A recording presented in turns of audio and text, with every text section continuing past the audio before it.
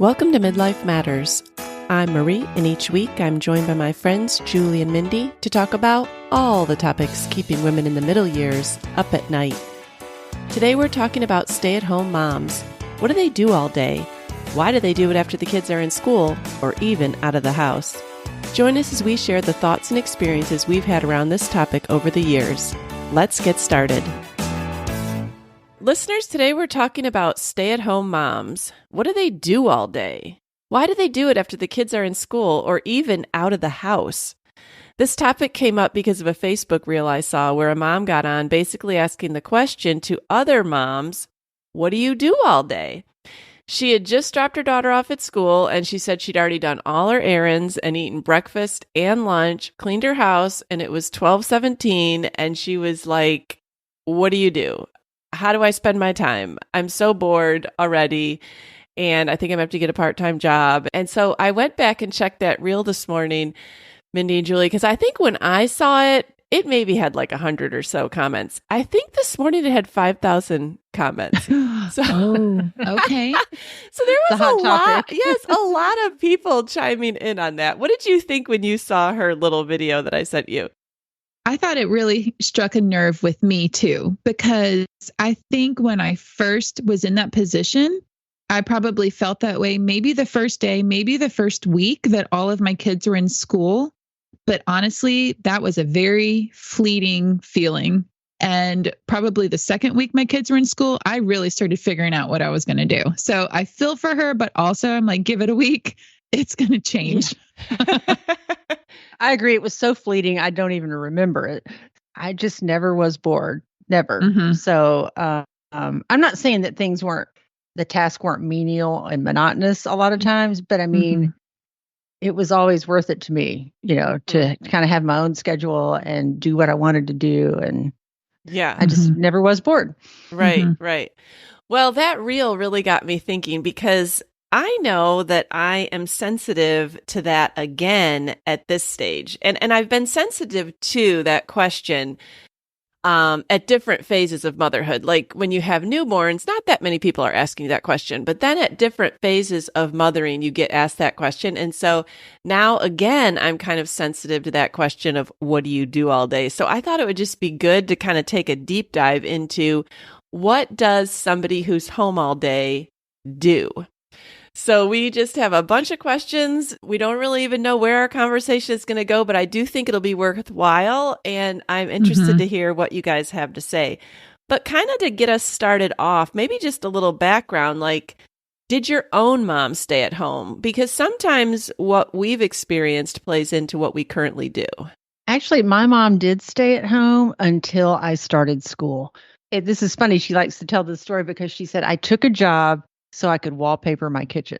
Oh. Like she saw it as so temporary. Okay. Like she just wanted some wallpaper. And then she ended up working until I was in college at the same job. And she worked in the accounting department at Sears. Oh. And she even managed to work out a deal with her boss where she took the whole summer off. She goes, I'm only gonna take this job if I can be home with my daughter in the summer. So for 3 months she was off and they held her job and she went back in the fall. Oh, so my goodness. That is a unicorn. Yeah. And as I got older, I think by high school, she had not done the summers off. She was more full time, but I thought that was kind of neat. That is neat. Yes. Oh my goodness. How about your mom, Mindy? My mom stayed at home and, my dad was in the Army. So we were transitioning, going to different duty stations. My dad could come home one day and say, hey, I'm going to the field for 2 weeks, or he could be gone a month and she wouldn't know, until it happened. Before they had children, they were in Germany. So she's literally in Europe. They did not have a telephone to their apartment. And my dad just wouldn't come home one day. And they were newlyweds and she didn't know what had happened to him. She had no communication with the outside world. Oh my goodness. And this was her life. And so she learned very quickly it was going to be very difficult to do anything outside of our home. Right. And so later on, and I'll mention this later, but she did try to get a job here and there, like when my brother and I were in school, but I can talk about that more later. It did not last very long. Okay. Yeah. Yeah. My mom, similarly, she stayed home until she had 4 kids, just about when the youngest one went to kindergarten. And then she started teaching full time. But she'd have summers off, basically the same schedule that we had. She taught at the same school. So, yeah, I did have that example of someone staying at home, at least during, like the first 10 years. And then I also had the example of somebody working. So it wasn't like a foreign concept to me at all, Right. Yeah. And I remember my mom, I used to love to listen to my mom talk either on the phone or in a group. Like you learn so much about life hearing your mom talk to her friends. And so I remember hearing her say, and it always stuck in my mind, that she really liked staying at home those 10 years. Like that was, I don't know if she said those were the best years of her life, but she indicated that those were something that she really enjoyed doing. And I think that kind of always stuck in the back of my mind as like a positive evaluation of that part of her life. I too remember like when my mom did go to work and not come home in the summers, like I think I was high school. I didn't need my mom, I could come, I drove myself to school, came home, fixed my own snacks or whatever. But I will say I did really miss her being there. And it wasn't based on need. I really liked her there. So that's always stuck with me. Yeah. Yeah. So did you always think that you would stay at home when you had kids? Like, was that something that you even gave thought of before you had kids? I would say yes, if I had kids, because all through high school, college, I was very career minded. So that wasn't like a dream I had, but I knew if I did have a family and kids, I was going to be home. So, in college, you're asked to make all these life altering decisions when you don't even know what your life is going to be like. And I thought, well, I'm not engaged. So I might as well plan on, what if I'm single? So that's kind of how I planned my life. And then I met John in college and things changed. But, I might as well plan on a career because I couldn't plan to be married. True. That was kind of how I viewed it. And I knew if I had kids, I would stay home. So I was trying to get into medical school. And once John and I met and I knew we were going to be married and I'd want to have children, that's why I changed career paths, because I thought pharmacy school is something I could do more part-time. Okay. I mean, pharmacy, not pharmacy school, pharmacy. Right. Yeah. What about you, Mindy? Definitely. I mean, it's all I ever wanted. That was staying at home with children, raising a family. That was my career goal. Also, I could have never planned for how that would happen. You can't set out to just do that. Right. And honestly, I was happily oblivious enough. And the Lord, I think, just really protected me, because I should have had a plan, but I didn't. I just kind of thought everything would be fine. Right. And I love that about my personality. It drives me crazy that I have a kid that's like that, because I'm like, but tell me the plan, because that was me. I'm like, I'm perfectly fine. I had no plan and I was living my life. And so the Lord brought Bryce. And I was like, oh, okay, well, he's going to be my husband. And so, I mean, I went to school, but I was all I ever wanted to do in life. I would have told you as a child, I want to stay home with my children and raise children and have a family. Yeah. Okay. So that was kind of just in your mind all the time. I would say that I'm similar to Julie in that I didn't know when I went to college if, when I'd get married or if I'd have a family. And I went to school for speech pathology, and I did get married in college, but finished my master's. But I probably didn't really start thinking about whether I would stay home. I think I assumed I would, but I hadn't really given much thought either way. But my last semester before I started my master's, you have to do a rotation in the schools. And I was paired with a speech pathologist who worked in an elementary school. And so I had to be under her for the whole semester. And she had a 2-year-old, and she was what I would consider at the time an older mom. I don't know. She was maybe like 35 or something. To me, she seemed older to be just starting her family. But she had a 2-year-old. She'd worked for a lot of years. And I remember she would come in on 2 wheels every morning frazzled. Having dropped her kid off at daycare, she just was flying by the seat of her pants as far as like the lesson plans and what we were going to be doing, and like sharing how hard it was to get out the door in the morning, and then like maybe how her evening consisted of picking up the child and then just basically collapsing on the couch, and how she could never get anything done. And like she just, for that, I don't know if I was in the school with her 10 weeks that semester or something, but in my mind, those two things did not pair well. She just seemed like she was not doing anything well. Like, I didn't feel like she felt like she was doing well in her marriage. I didn't feel like she felt like she was doing well mothering. I didn't feel like she was doing well, that she thought she was doing well in her career. She was just spread too thin. And in my mind, that really made an impression. I don't think I said to myself at that time, I'm never working and having kids, but I just think it really gave me a view into how difficult it can be to raise kids and work full time. And even though she had a teacher schedule, yeah, she had summers off, but you're still there at work every day. You're there early, you leave late, you got to pick your kid up, you got to drop your kid off, you still have to make dinner. Like, there's still a lot to do. You know, your frazzled moments January through April are not made up by having June, July, and a part of August off. Like, no, it just, that's not how life works. And so that probably made the most pivotal impression on me that came back to influence my decisions later. And that had nothing to do, I was not supposed to be learning that semester, but it really made the impression on me. I don't really have anything to compare me working full-time versus me not working full-time, because I never worked full-time with my kids, but I did have a friend or two that did. And I always thought, how do you do this? I mean, I had a lot of respect for them because I thought they seem to be getting a lot done.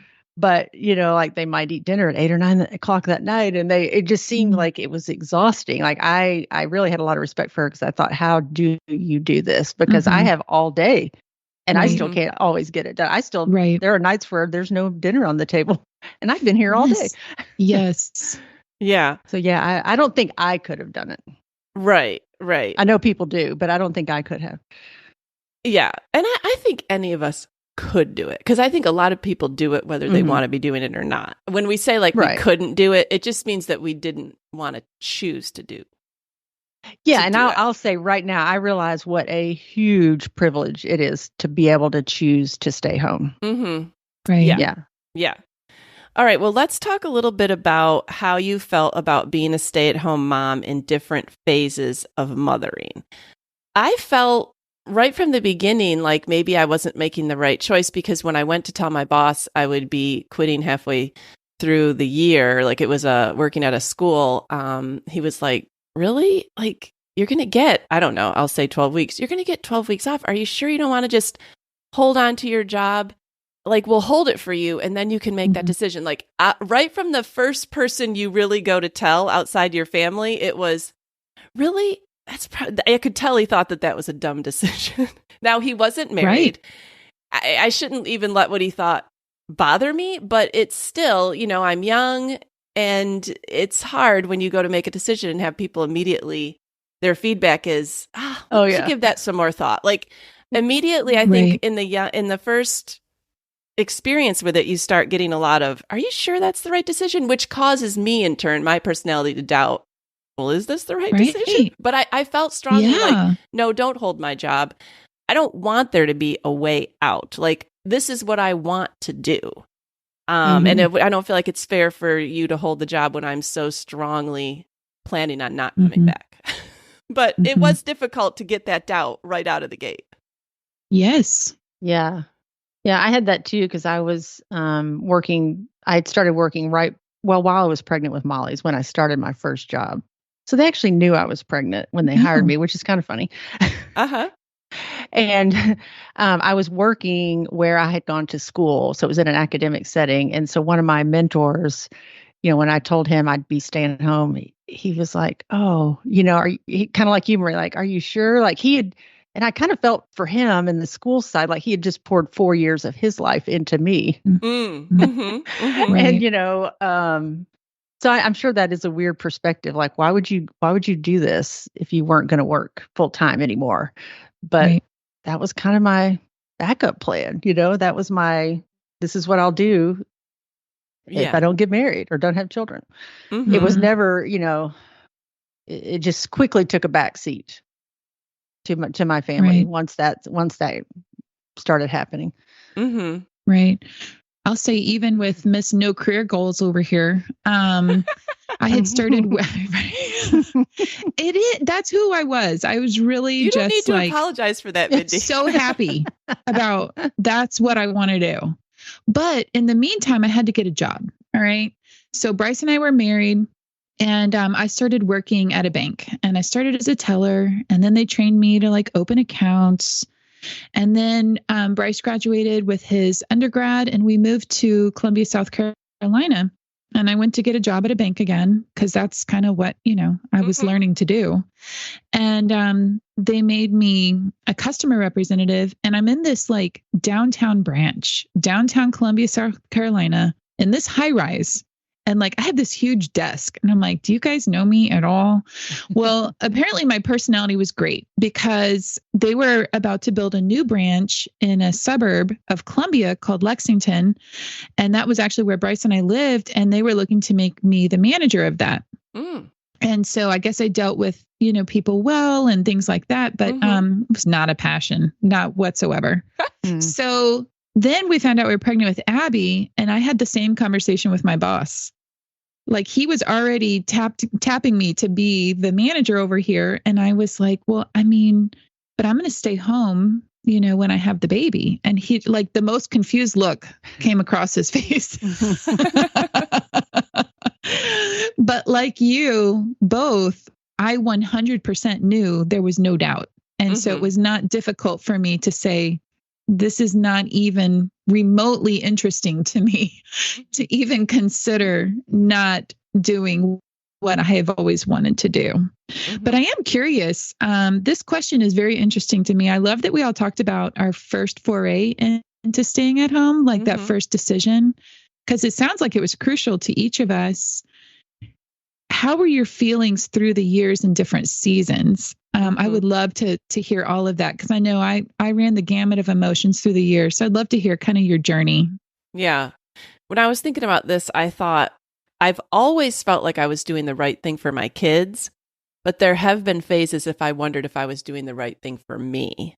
So I think that those are kind of two separate things. And there have been phases. I think probably the biggest question I've wrestled with over the years is it okay to, in quotes, waste your education? Is that okay? Is it okay to get a degree and then not use it to its fullest potential? And then also questions I've wrestled with over the years are, what will I do in the future if X, Y, or Z happens? My husband has an affair. I get a divorce. My husband loses his job and can't get another one. He dies. Those kinds of questions. My kids all go to school and I'm an emotional wreck and I never leave the house again. All these future things at different phases I have wrestled with. And sometimes I've wrestled with, not that this is boring, like you said, Julie, but this is so monotonous. Every day is exactly the same. And now the next day will be exactly the same. Or I'm not loving maybe this exact stage of my kids' development. I love them, but this age maybe isn't my favorite. And I've had 5 kids. So at any one time, someone else could have been in that maybe age that I didn't enjoy quite as much. Or I don't know. But I think overall, I've enjoyed it for sure. But there have been seasons where I've gone, in and out, because we're human and we have a wide range of emotions and experiences. And it's just like any job where some days you love it and some days you don't. But if I was to look at the overall trajectory, I would say I've really enjoyed it. Yeah, I'm like you, Marie. I never questioned my decision, but it doesn't mean it was always fun or easy.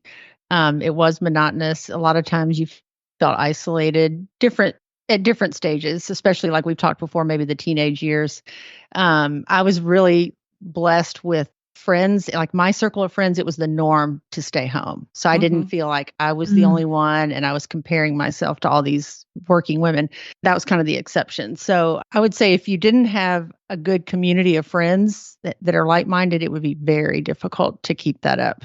You know, I had friends who had kids in my same stages. We got together for play groups, preschool story time, going to the park. I mean, multiple days a week, you know, even lunch out at McDonald's or whatever. And then we just grew up with those people. And so I can't imagine not having that.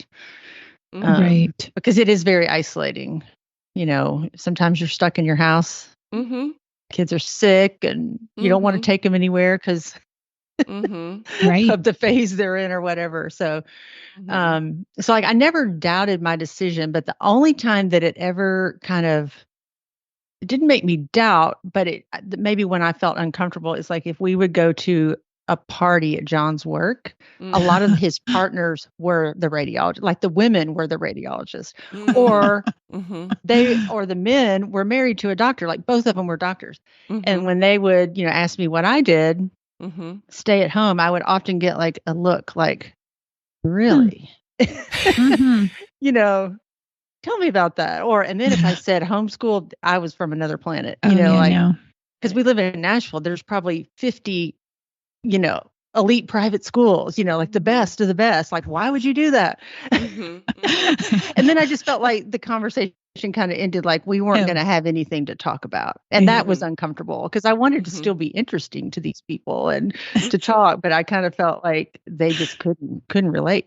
You had turned into an alien at that point, Julie. Yeah, I had 3 heads or something.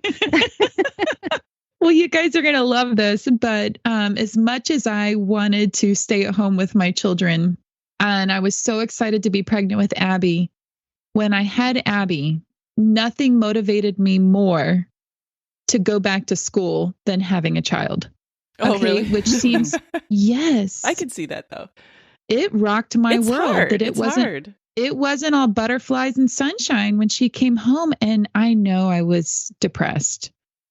And so actually, probably when I stopped nursing, I signed up for college classes and I started taking night classes. My grades were never better. I craved adult interaction. I craved learning like I had never craved it before. I wanted to do things. It literally changed my chemical makeup. And I was so excited to go to school like never before. So we were in the same town as my parents. So my mom would be able to watch Abby until Bryce got off. So there were a couple of nights a week I took night classes. Okay. And was considering going to PA school at that point. My dad's a PA and I was like, yeah, I think I would enjoy that. Was looking at programs and things like that. And then we ended up having Grant in that time frame.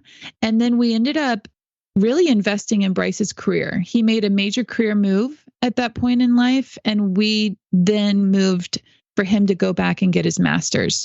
So at that point, especially now with 2 children, with him going back to school, my life changed. And also I was kind of like, all right, well, school was fun, but also it's still not going to take the place of what I want to do. And that's raise my children.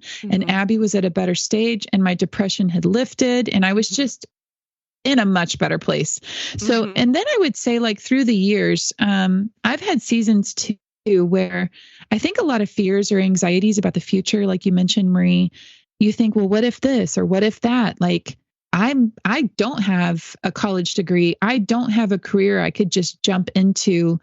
And so Bryce has always made sure we had enough life insurance for me to be able to pay off the house and really go back to school if I wanted to. And so it was a major place of surrender for me to learn to try to be content at home through the seasons, because sometimes it is a job. And I didn't actually love it all the time. Like I just thought that I would. And so, but most of it was really just kind of how I felt about myself. And I can look back and see that now, if I was discontent or if I was afraid, like it was really what I was thinking about my own situation. Because I would have said on the outside, I'm doing what I want to do. On the inside, I'm on the struggle bus. Like, this is not fulfilling. I need adult interaction. And I found other ways to be a part of groups and to be able to serve and continue to learn and grow for Mindy, because I needed that. Yeah, this might kind of go along with what you just said, Mindy, because one of the things I was thinking about was, have we ever worked part-time? And maybe I should have also included, like, tried to go back to school, because I did work part-time for about 10 years. I would work sometimes up to 3 days a week, sometimes 2 days a week, sometimes 1 day a week, like depending on what the job was. But always in my mind, working part-time just confirmed that I really liked being at home better. Like, it wasn't ever like I was like, yay, I get to go to this. And it was in my field, but it was never like, yay, I get to go to this today. It was always like, darn, now I got to do all the things that I normally do and go to this and arrange for things to happen while I'm not there. Like, it seemed like it added a lot of extra work. And so it kind of reconfirmed in my mind that I actually did like being home better. So that was kind of good to be able to test once in a while, to be like, would I really like to be working? Well, if I really like to be working, I think I would probably be enjoying this part-time gig a little bit more. And I wasn't. Yeah, I worked for 10 years part-time when our kids were little, and my mom would keep the kids. So I didn't feel bad about like where they were. And I worked nights, like 3:30 to midnight. So most of the time they were asleep, but it was exhausting. Like, I spent all of the day before getting ready for my work day, like preparing meals for them. So my mom wouldn't have to cook dinner, and then I would take my dinner to work. So I wanted to have that. And then I usually had to have something for the next day because I was so tired getting off at midnight and the kids were up at 6, So I just felt like it really took 3 days of my life to work that one. And it just, totally confirmed to me, like, I don't want to choose this. Right. I picked up part-time jobs here and there throughout the kids' growth. Bryce's career was starting to take off, and I started to be in environments kind of like Julie, where I'm around a lot of doctors and a lot of high performers, and education was king. And I really struggled with insecurity a lot. Also, I had all of my kids in my 20s. So I'm growing up with my children, literally. And so I would do things to be able to provide a lifestyle or preschool or a Mother's Day Out program. And I would try to help or work there because we had so many children. Yeah. Like, if there was something that could help with cost and provide a way for, honestly, me to have adult interaction and the kids to be able to go someplace else, I was really looking for that. Because even if I was with other people's children, it was a break. And also I had coworkers that I really, meshed with. So through the years, depending on where we've lived, I have worked part-time here and there. The best fit ever was when we lived in Knoxville, and I worked at our church in exercise and wellness, because I worked at their private school and was able to couple my passion for, exercise and wellness. They were happy at school. We all went to the same place. And that was like a 3-year kind of beautiful time in our lives where it all actually worked together very well. Yeah. Yeah. Well, let's talk a little bit about what you imagine stay-at-home moms would be like, and maybe what the reality has been. What did you think you would be doing, maybe? Well, I guess I thought it would be much easier than it was, and that I'd always have a clean house and a perfectly cooked meal and happy, clean children, and Right. And it was a lot harder than that. And you don't clock out or clock in usually. Right. You just feel like your day never ends. And I know a working mom would feel that way too, but I wasn't expecting that with being, it looked like, I have all this time. It seems like a reasonable amount to get this done. So that was a little frustrating to come up at the end of every day with stuff left over that I didn't get done. And knowing me, it was probably because I bit off more than I could chew. I wanted to do too much. Right. I was always up for doing lots of fun things. And so sometimes laundry didn't get done, meals didn't get cooked. Uh-huh. Yeah. Right. Yeah. I definitely thought there would be time and space for absolutely everything, you know, to take care of myself. I was going to be the beautiful mom, totally fit, you know, and my children were going to be perfect because they weren't going to have any issues because I was available to them. So, of course, they were going to be, you know, productive, good citizens in society, getting great grades, you know, because they had me. Right. And then I was like, we are all train wrecks together, is really what it turned out to be. Yeah. Yeah. That was not what happened. Uh-huh. Yeah. Well, and I think you have to have hobbies. Like some of the comments, the people that were bored, I felt like really didn't have a lot going on as far as interest. And that's what I've loved about staying home, is to be able to cultivate some of my own interests. So I haven't. It Right. wasn't just always selfishly. I mean, it just wasn't always about the kids. I mean, it was me too.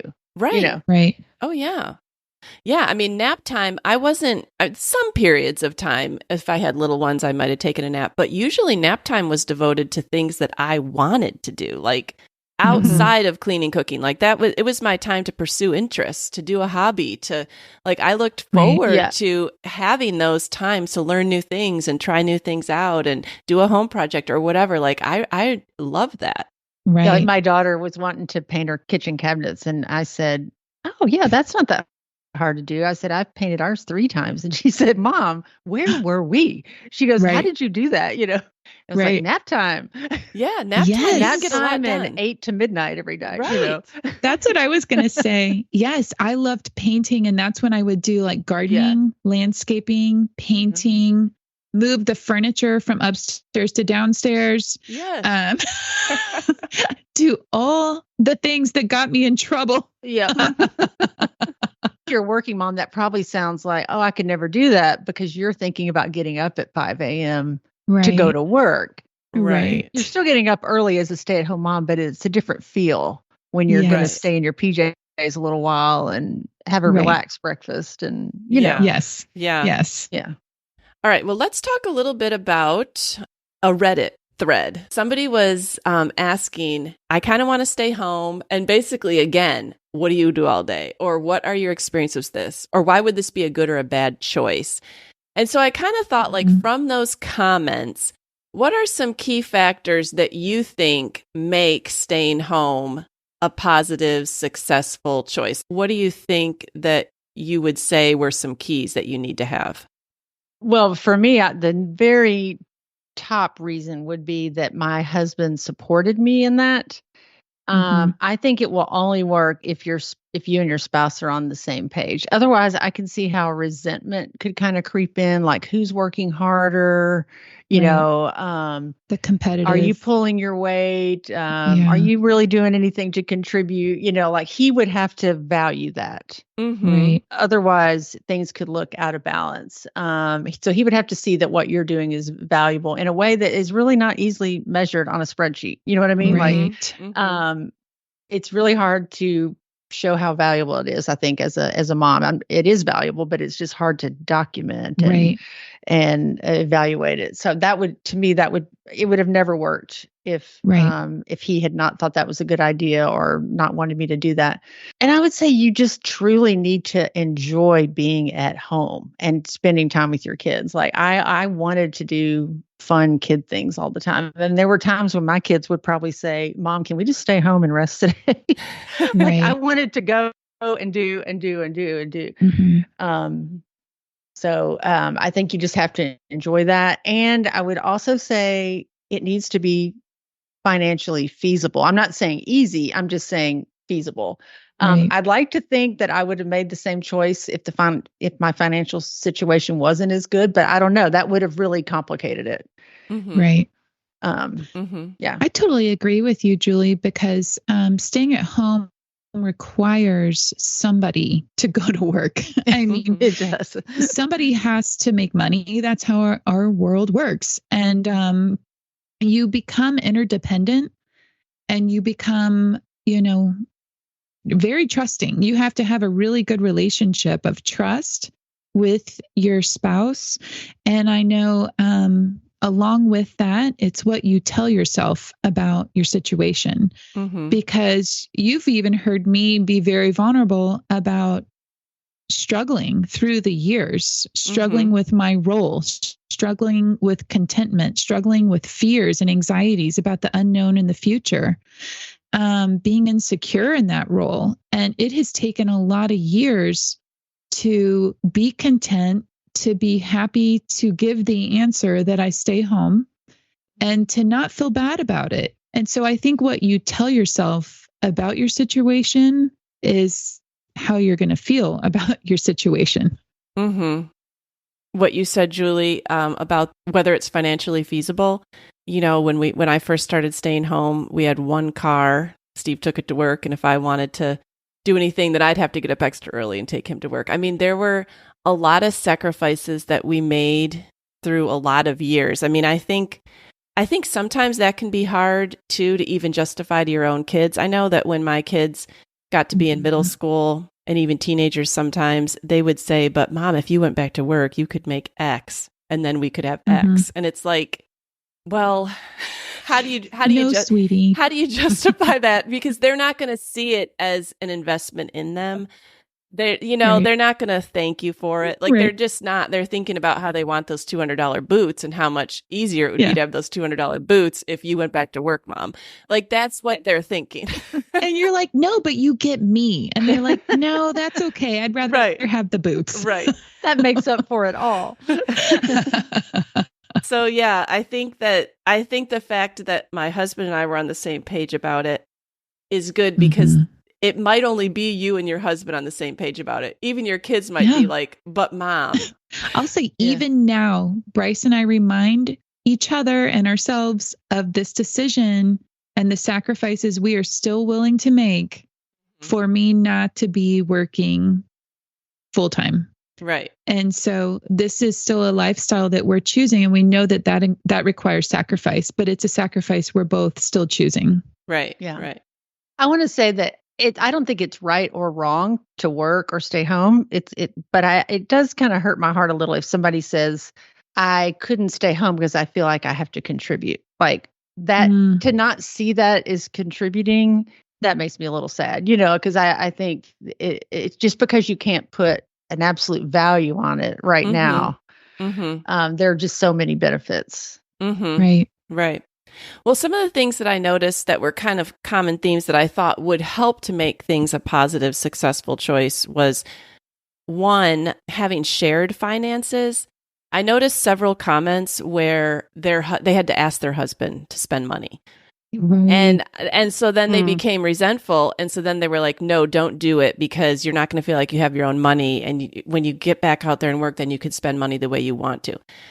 I think that if it's going to be successful, the money is in one pot, and you have just as much right to spend the money as he does. And there's no questions on like, should you be able to spend the money? I'm the one that earned it. Like that's never been an issue. Right. Steve's never made me feel like that. But I noticed from the comments that people that said it wasn't a good experience pointed to that as one of their reasons. Yes. Another thing, I knew mentioned it earlier, Mindy, is a lot of people said, well, what do you do if your husband dies? And we've always had a lot of life insurance, like more life insurance than we probably needed.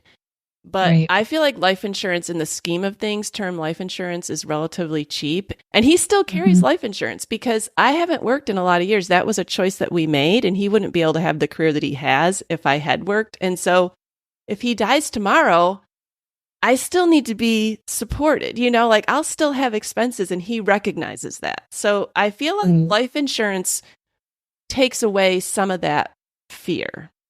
Amen. Right. I'm benefiting from that right now. But yeah, and I always kept my pharmacy license up. So I have not worked in 30 years, and I still have my license. I still do my continuing education every single year. And people always ask me why. And I'm like, I don't know why, but it's there. Okay. It was just kind of a little insurance, a little what if, Right. Right. Yes. And I do think that having routines and like treating it like a job, we kind of talked about that with office hours last week, but I noticed from comments, it didn't seem like people had a good idea of how they like to fill their time. They don't have maybe a lot of things that they think of doing if they do have free time. And also maybe just saying like, okay, well, I am going to get up at a certain time and we are going to have breakfast by a certain time. And then we're going to go to this at 9:30. Then when we get home, we're going to have lunch, and then there's going to be nap, and there's going to be some time for me. And then I'm going to get ready for dinner. Like there's a lot to plan and do. And it's not just like you wake up in the morning and you say, what am I going to do today? Every day. Because that would be difficult with a blank slate every single day. Mm-mm. I do know this is a big transition for someone that's used to working to going home full time. There's probably several years of transition there because it took me a long time to figure out how to be professional and successful at my job at staying home. Mm-hmm. Because for years I had guilt, I had shame. I was like, is this okay? Like, am I allowed to do this? You know? And I know that I can even hear it from Bryce. Like, he has never stayed home. And I hear him say, if he has extra time, he's like, I feel guilty. Like I'm always supposed to be doing something. What am I accomplishing? And I'm like, I'm way past that. I've learned to rest. I'm content. I'm okay. Right. I'm okay. Like, I don't feel guilty anymore. I don't feel like I should be doing something else anymore. I have just the right amount of structure in my day. I have office hours. I'm very productive. I'm doing the things and prioritizing the things that are important. That's where it took me a long time to get here and to be okay with that and to be able to rest and be content with that, though. Mm-hmm. Mm-hmm. Well, let's talk a little bit about that. It seems societally acceptable to stay at home while you have young kids and maybe even elementary. But now we're kind of either in the high school age, the college age, or maybe our kids have flown the nest. And so I do think there's a new question, like, what do you do all day? So I guess just out of curiosity, what do you find fills your time now? I've always enjoyed taking care of my home, like not just cleaning it and maintaining it, but making it more beautiful, making it better. Like I like to put a lot of time into that. I know some people could care less about that, but that does take up a lot of my time. Mm-hmm. I read, I study, I participate in Bible studies, and then I have a ton of creative interest. And hospitality was always really important, and that takes time. And that was with kids, with college kids, with adults, church friends, book clubs, lots of things. But I'll say now all that looks very different. So I don't really know what this next phase of life is going to look like. Because now that John is gone, I finally do struggle with being at home because, like I said, I never thought of it as a shameful thing, like I'm not contributing. But now that there's no one else that I'm taking care of, it feels a little meaningless. You know, because I just read this week, it was on this Instagram post for like young moms, and it talked about like, yes, even in the folding of socks and the wiping of noses and the changing of diapers, you know, like you'll reap benefits for eternity, like, you know, fostering this, nurturing your children and fostering this love. But now that I'm only doing these things for me, it feels a bit selfish to just do what I want to do all day and go where I want to go and make myself happy. You know, like I'm just not quite as comfortable with that. It doesn't feel very fulfilling. So I do have my mom and my son with me right now, but when I start to think out into the future, I mean, I know that's not a permanent thing. I could live 25 or 30 years and I think, how am I going to do this for 25 more years? And that's where I can't go. You know, I know it's only been 3 months, and Mindy, you and I talked about this. Like, I just haven't found my way yet. And I can't picture what it's going to look like. Because doing it for yourself is just not the same. Right. I can definitely see that. And I think that this is a really big transition year for you. And it's hard to see on the front end of it. And it might be a transition 5 years. Like, we shouldn't even put like in 12 months, you should have this all figured out, Julie, because that's just not how people are. But I don't think that you'll just do that for 25 years. Right. I think if one thing we can look back on over the years of staying at home is that it's always been changing. And even when we would enter a new stage and we might think, oh, well, maybe now's the time when I should do something different, then there's been other things to fill it. And maybe you will decide to do something different. Right. But I just think there probably hasn't been enough time yet to make that decision. Because I think about working, and I still don't feel like that's necessarily going to be the answer. Right. I ask myself, like, well, now's the time, and I don't know. I don't know that would fix what's going on. I think that it would be very easy to make a quick decision and fill your time, Julie. That would be easy. I think it's harder to make the choice of waiting and really delving into a season of rest, of healing, of restoration. And anytime you have suffered, whether it be big or small, it's almost like when you start to see the light of day, you have to take inventory because you've changed. God has done something different and new, and there might be new facets that he's going to build in this new season, but it takes time and it's highly uncomfortable.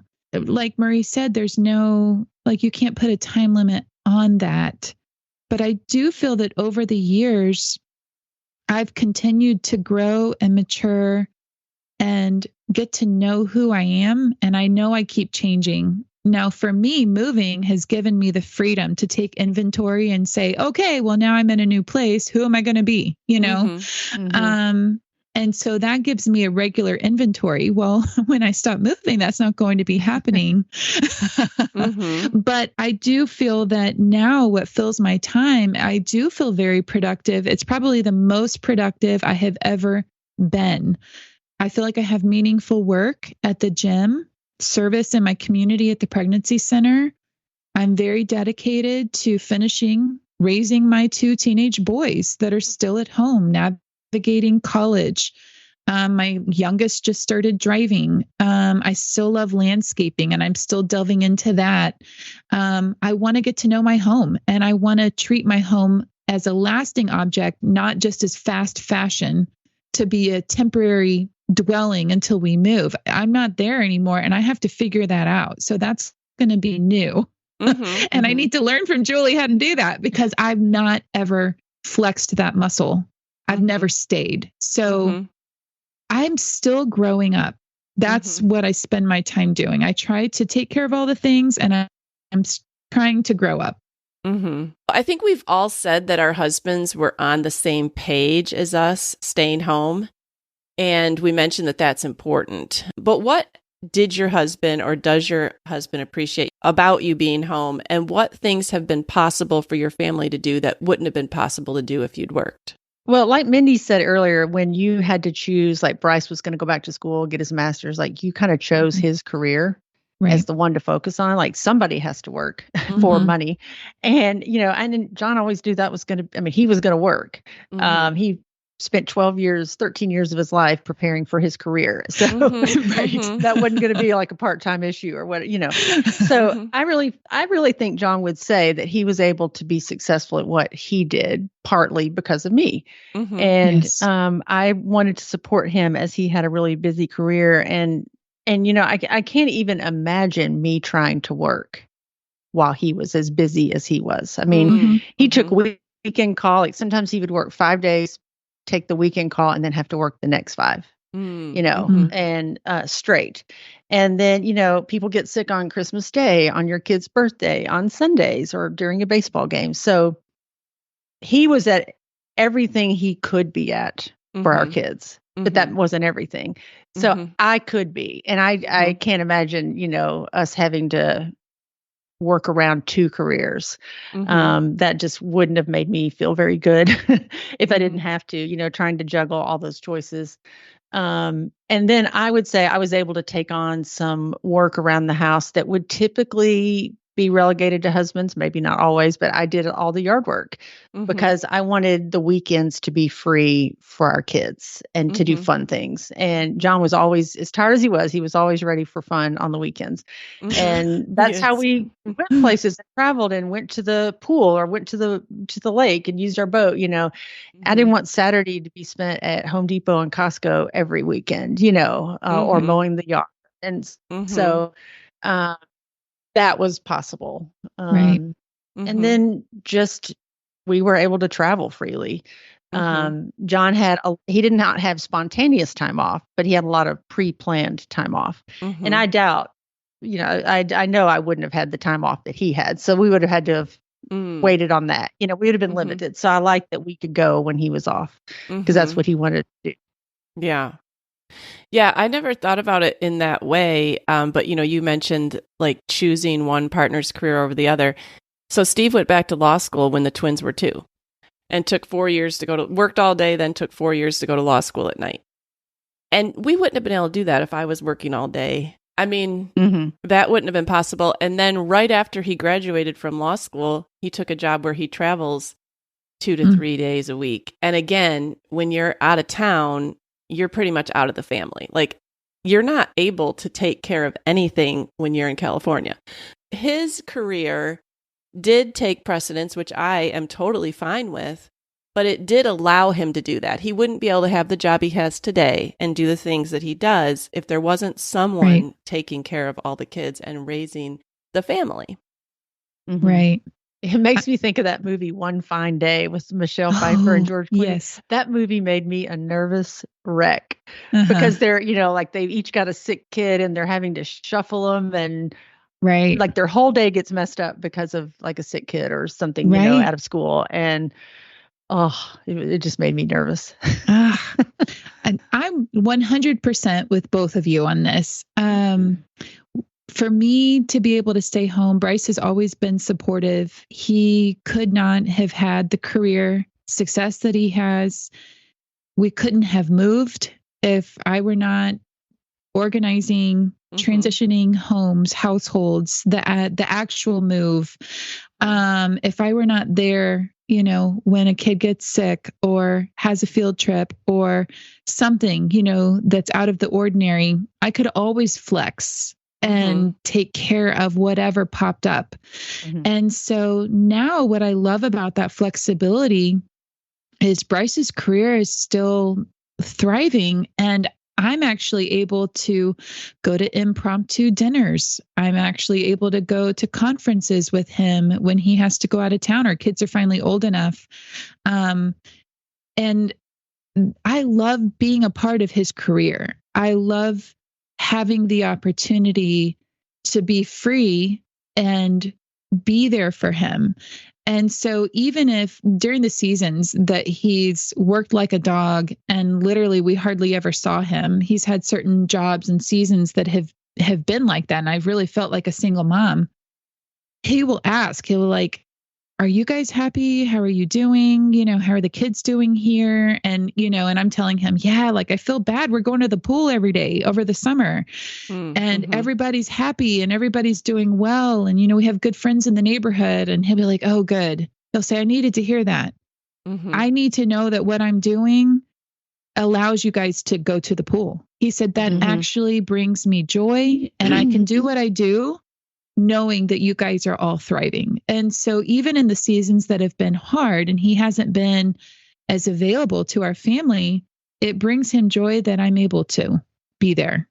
And so thankfully, again, that's us becoming interdependent. That's me fully trusting him and that's him fully trusting me. And our trust has only built through the years as our marriage has continued to grow.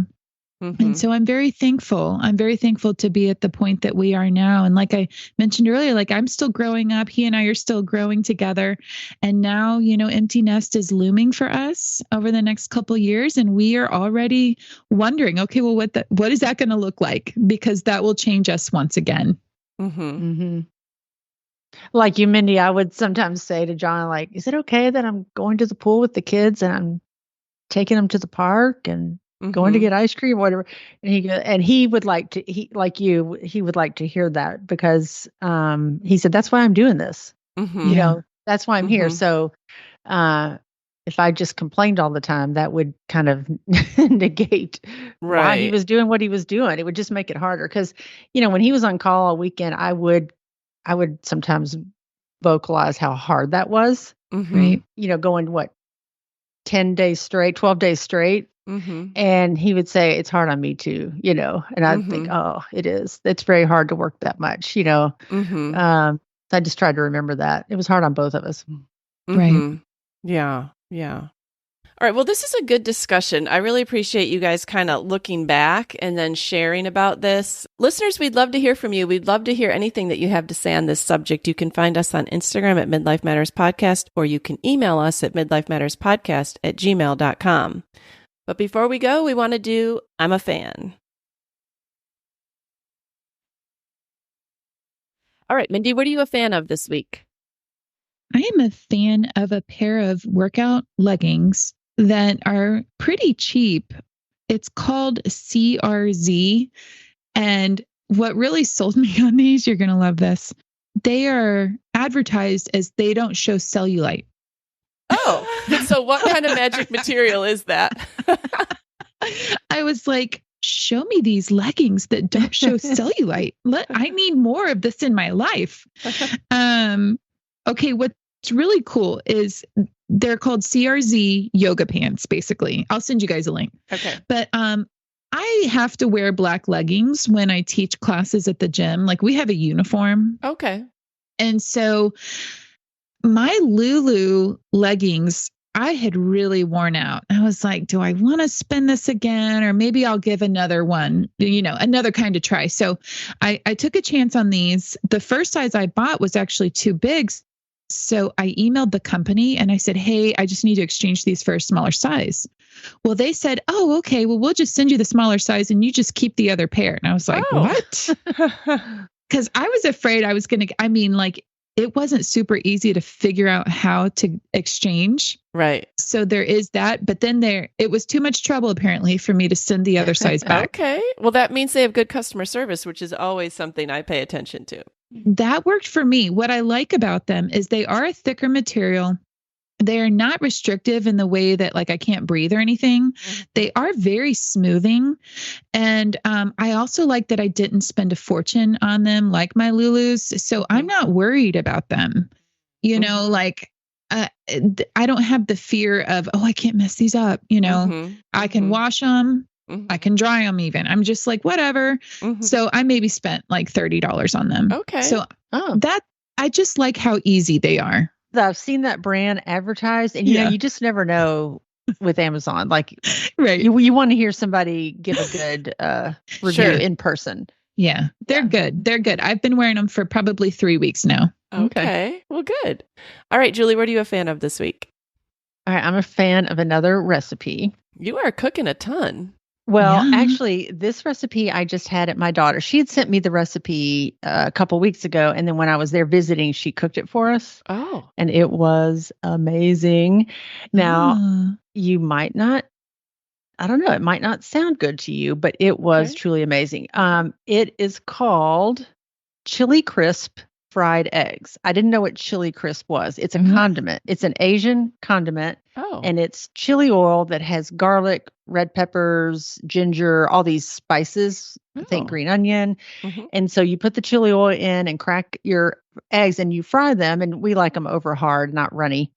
And then you serve it on jasmine rice. Oh my goodness. It is, she said she cooked it every day for the first few weeks for lunch.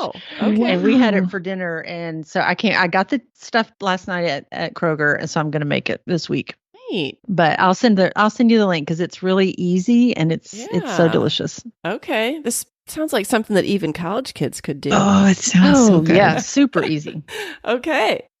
All right. I'm a fan this week, and you guys might already know this, but I'm a fan of this thing on your phone. So I'm looking for a new light fixture above my dining room table, and I have spent more time than I would like to admit. I bet I've looked at every light fixture there is on the internet. I seriously feel like I have. And I finally got to the point where I'm like, there is just nothing that I'm saying. I mean, there were things, but they're like $1,000. There was nothing in what I wanted to spend that I was loving. And so I discovered that if I look up something on Safari and I take a screenshot of it, and then I go over to Google, my Google, icon, as soon as you open that up under search, there's a little camera. And I already do this with Amazon a lot. I'll do the little camera in the Amazon search bar and then hit shop the look and they'll give you what they have. But for Google, if you hit the camera and then enter your picture, They'll show you exact matches. So you could find 10 other stores that sell that. And then they'll also show you things that look like that. And what I love about the exact matches is I really only want to order from places that allow free shipping returns because I've already returned like 3 lights. And I don't want to pay, even like Wayfair, they don't allow free returns. So I'm not going to take a chance, but I might take a picture of something on Wayfair, then enter the picture into the Google search bar, and then find that Walmart sells it online, or Target, or Amazon, or Home Depot, or Lowe's, or someplace that I could make an in-person return, and they would be fine with it. Marie, this has been my I'm a fan. Do you not remember it? No, I do not. We're repeating I'm a fans. It's okay. We're all middle-aged. We forgot. So if you were to look at my phone right now, there's probably 100 screenshots of lights that I've then entered into Google. But it's really helpful. And then my mother, she wanted me to help her find a rug, and she really liked the rug that she has.